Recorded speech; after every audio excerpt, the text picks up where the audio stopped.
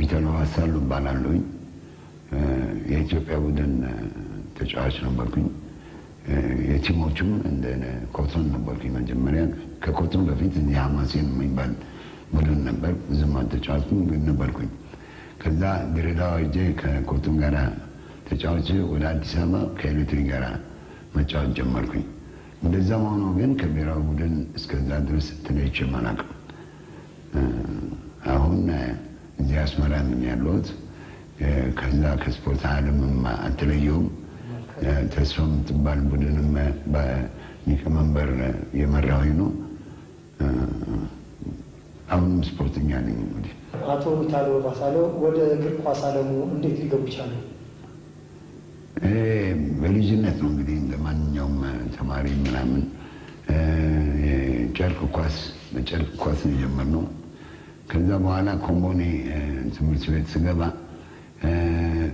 የነበሩት ቄሶች እዚህ ኮምቦኔ የሚመሩትን የስፖርት ስሜትም ስለነበራቸው ትምህርት ቤት በየክፍሉ ኤቢ ምናምን ያሉ ያወዳድሩ ነበር አሸናፊ ኮንክ ደግሞ የአመቱም ደብተሮች አሰላም የሆኑት ለተማሪ የሚሰጠውን ይሰጡ ነበር በዚሁም ለማለት ኳስም የወደድኩኝ ሄድኩኝ ወደ ኳስ ዓለም ገባኝ ሳይገባኝ ነው ለማንኛውም በኋላ ሐማሴን ዲ የሚባል ትንሽ ቡድን እነሱ ጋር ገባኝ ከዛ አንድ ቀን አንደኛው ዲቪዥን የሚጫወተው ሐማሴን 2-3 ተጫዋቾች ሲቀጡበት ጊዜ ከዲ ማምጣት ይቻል ስለነበር ማለት ኤቢሲ እኛ ግን ዲንን ከዲ አምጥተው ወደ አንደኛ ዲቪዥን እንጫወት አደረጉኝ በአጋጣሚ ደግሞ የኢትዮጵያ ቡድን ወደ ራሽያ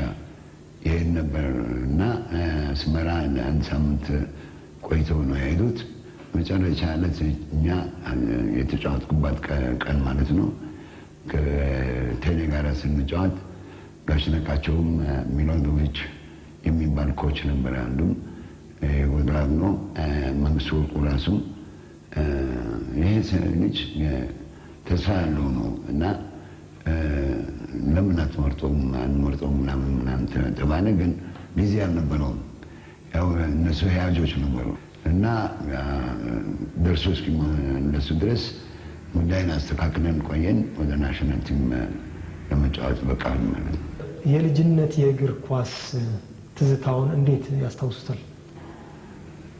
የጊዜው እንግዲህ የጊዜው የራሴ ስለሆነ አስታውሰዋለሁ ያሁኑ ጊዜ ግን ከዛኛው ኮምፔር ለማድረግ በጣም ያስቸግረኛል ዳሩ ግን እኔ እንደማየው ስሜቱም የተለያየ ነው የድሮም ያሁኑም ያለው የጨዋታ አጨዋወት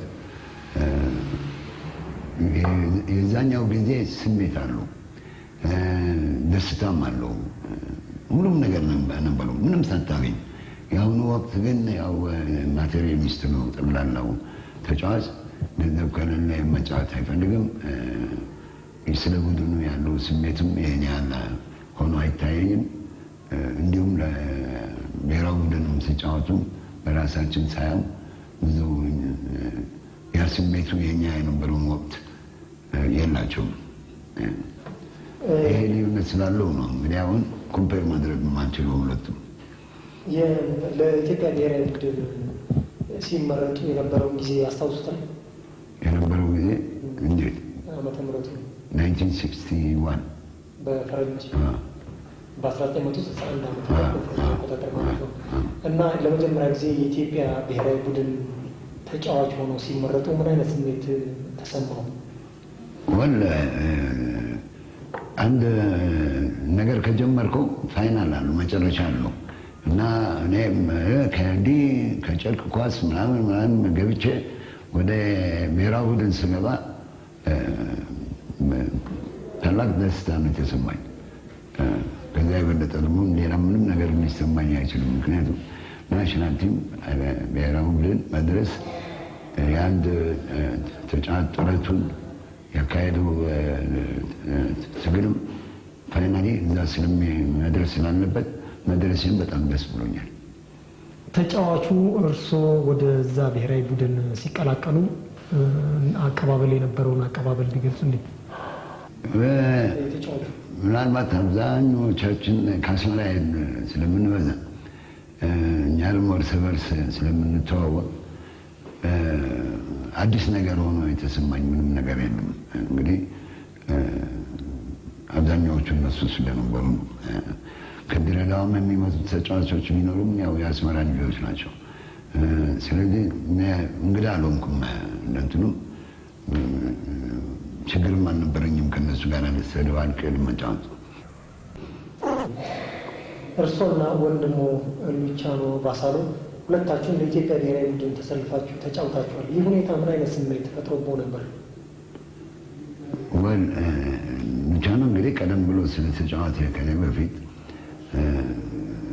እሱ ምን እንደሚሰማው አላውቅም።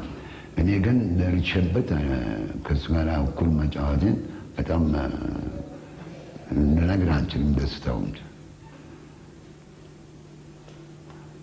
ለኢትዮጵያ ብሔራዊ ቡድን ለስንት ዓመት ያህል ተጫወቱ?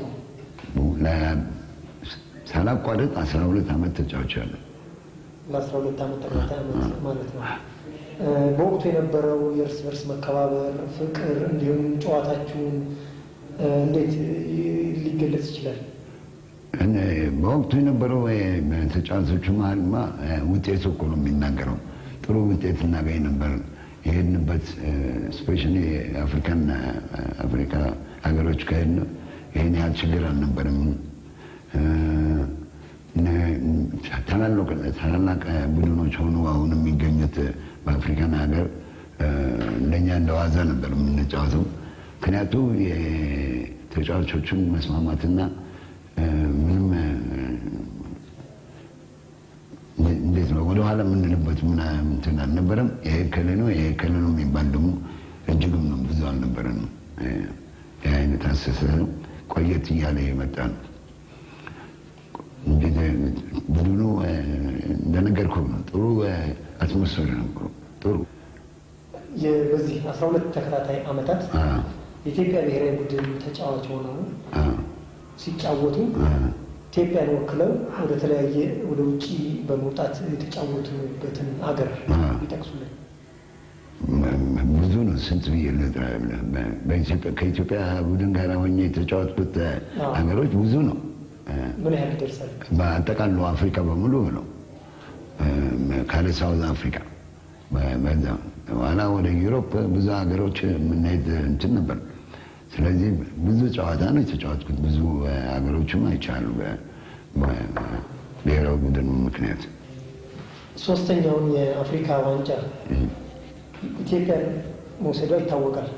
ይህንን አስመልክተው በወቅቱ የነበሩትን የእርሶን የሆኑ የደጋፊዎቹን ትውስታ ያጫውቱ።